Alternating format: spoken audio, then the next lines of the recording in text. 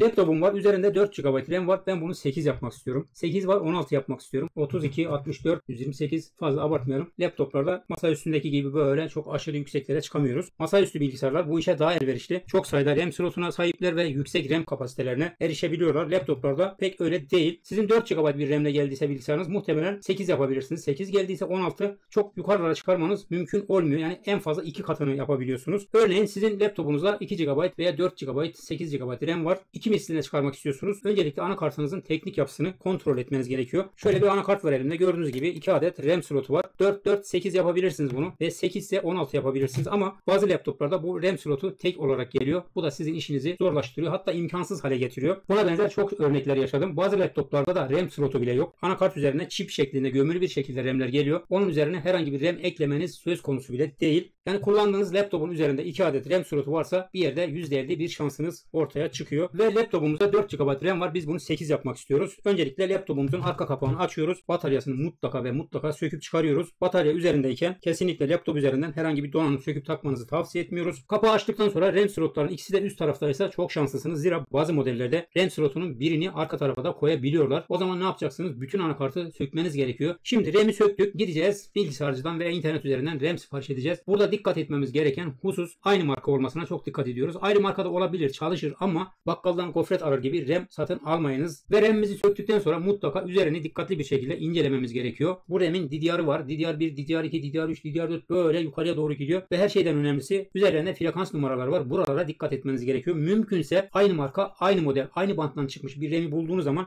bu durumda bilgisayarınız daha tutarlı çalışacaktır. Bilgisayarınızı başlattıktan sonra özelliklerden mutlaka kontrol etmeniz gerekiyor. Buraya taktığınız RAM'in bilgisayarınızın özelliklerinde gözükmesi gerekiyor. Örneğin sizin bilgisayarınızda 4 vardı. 4 daha taktınız. Özelliklere bir bakıyorsunuz. Halen daha 4 GB gösteriyor. Bu durumda sizin aldığınız RAM demek ki bu anakart için uyumlu bir RAM değil. Düşük de olsa bir ihtimal sizin buradaki RAM slotu arızalı olabilir. RAM'lerin yerlerini değiştirerek belki bu RAM'i bu anakarta tanıtabilirsiniz. RAM değiştirmeye karar verdiğim zaman anakartın üzerindeki modelini internet üzerinden araştırıp bu anakartın kaç GB'a kadar RAM desteklediğini öğrenmeniz gerekiyor. Diyelim ki kasa aldınız. Kasanız 2 yıl garantili. Arka kapağında da mühür var. Burada kesinlikle kasanızı açmanızı tavsiye etmiyorum. Yetkili serviste RAM'lerinizi yükseltebilirsiniz. Kesinlikle kapağını açmıyorsunuz. Cihazınız garanti dışı kalacaktır. Anakartlar üzerindeki modellerle bu cihazlar hakkında bilgi sahibi olabilirsiniz. RAM desteği vesaire işlemci desteğini öğrenebilirsiniz. Onun dışında SiFuze ve AIDA 64 programlarını internet üzerinden ücretsiz bir şekilde indirip laptop, masaüstü fark etmez anakartlar hakkında bütün donanım bilgilerini bu programlar sayesinde öğrenmemiz mümkün.